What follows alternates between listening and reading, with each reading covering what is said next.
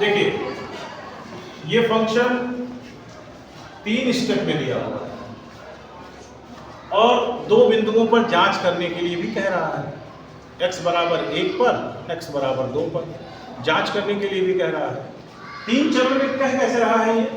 Function की value 0 अगर x का मान 0 और 1 के बीच में है, फंक्शन की वैल्यू x अगर x का मान 1 से बड़ा है या 1 के बराबर है लेकिन 2 से कम है, और फिर आगे कह रहा है कि x की वैल्यू 2 से बड़ी या 2 के बराबर है लेकिन 3 से छोटी। कुल मिलाकर के इस फंक्शन में हमको जो जानकारी दी गई है वो 0 से 3 तक दी गई है। समझ रहे हो ना? 3 के आगे क्या कहानी है नहीं मालूम, 0 के पहले की क्या कहानी है नहीं मालूम, ठीक है ना? तो जिसके बारे में नहीं पता है उसके बारे में उस बिंदु पर हम कुछ बता भी नहीं सकते। तो पूछ भी रहा है 0 से 3 के लिए कहा है, तो पूछ भी रहा है वो 1 और 2 पर। तो 0 से 3 के बीच में 1 और 2 आएगा ना, उसी के बारे में पूछ रहा है। ये नहीं कह रहा है कि आप -2 पे बताइए, ये नहीं कह रहा 5 पे बताइए। भाई 5 पे क्यों पूछेगा? इंफॉर्मेशन ही नहीं है वहां पर। तो प्रश्न का समझ में आना बहुत जरूरी है। समझ में आया? अब इसको करेंगे कैसे? सबसे पहले अगर हम x बराबर 1 पर जांचना चाहें तो x बराबर 1 पर चेक करने के लिए क्या करेंगे? फंक्शन की 1 पर वैल्यू, और फंक्शन की 1 पर वैल्यू किससे निकलेगी? 3 पर है, किस पर निकलेगी? इस पर फर्स्ट सेकंड थर्ड, सेकंड वाले पर इक्वालिटी 1 पर लगी हुई है, और यहाँ पर fx का मान x है तो 1 के लिए अगर x का 1 रखेंगे तो यहाँ पर कितना आएगा? 1। ठीक है। इसके बाद LHL limit x tends to 1 से कम पर fx को जांचेंगे, और 1 से कम के लिए कोई वैल्यू मान लेते हैं, और हम मान लिए 1 - h, जहां x टेंड्स टू 0। तो ये क्या हो जाएगा? Limit x tends to 0 f 1 - h।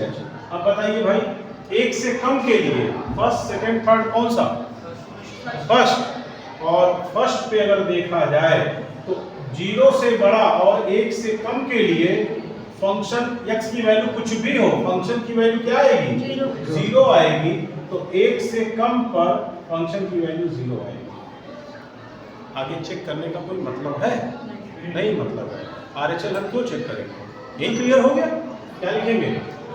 Function की 1 पर value not equal to LHL, इसलिए अब कह देंगे कि x बराबर 1 पर जो फंक्शन है वो इस कंटिन्यूअस।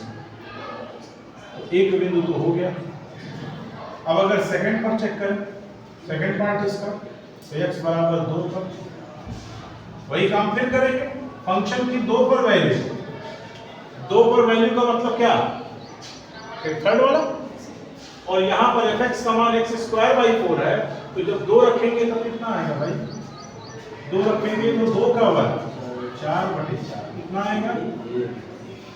इसके बाद इसका LHL निकालते हैं। LHL का मतलब limit x tends to 2 - fx, और इस बराबर रखेंगे 2 - h दैट टेंड्स टू 0। तो यहाँ आ जाएगा लिमिट x टेंड्स टू 0 और f कितना? 2 - h। अब बताओ भाई 2 से कम के लिए सेकंड में x है तो x लिखते हो, 2 - h तो क्या लिखोगे? Limit x tends to 0, x tends to 0, यहाँ पर limit h tends to 0 2 - h, तो यहाँ पे आ जाएगा कितना? 2 - h। x को हटा के क्या लिख दिया जाएगा? 2 - h। और अगर लिमिट ले लें तो लिमिट लेने पर क्या आएगा? h की वैल्यू 0 2 आएगा। आगे चेक करें कि नहीं भाई? आगे चेक करेंगे? नहीं। क्यों?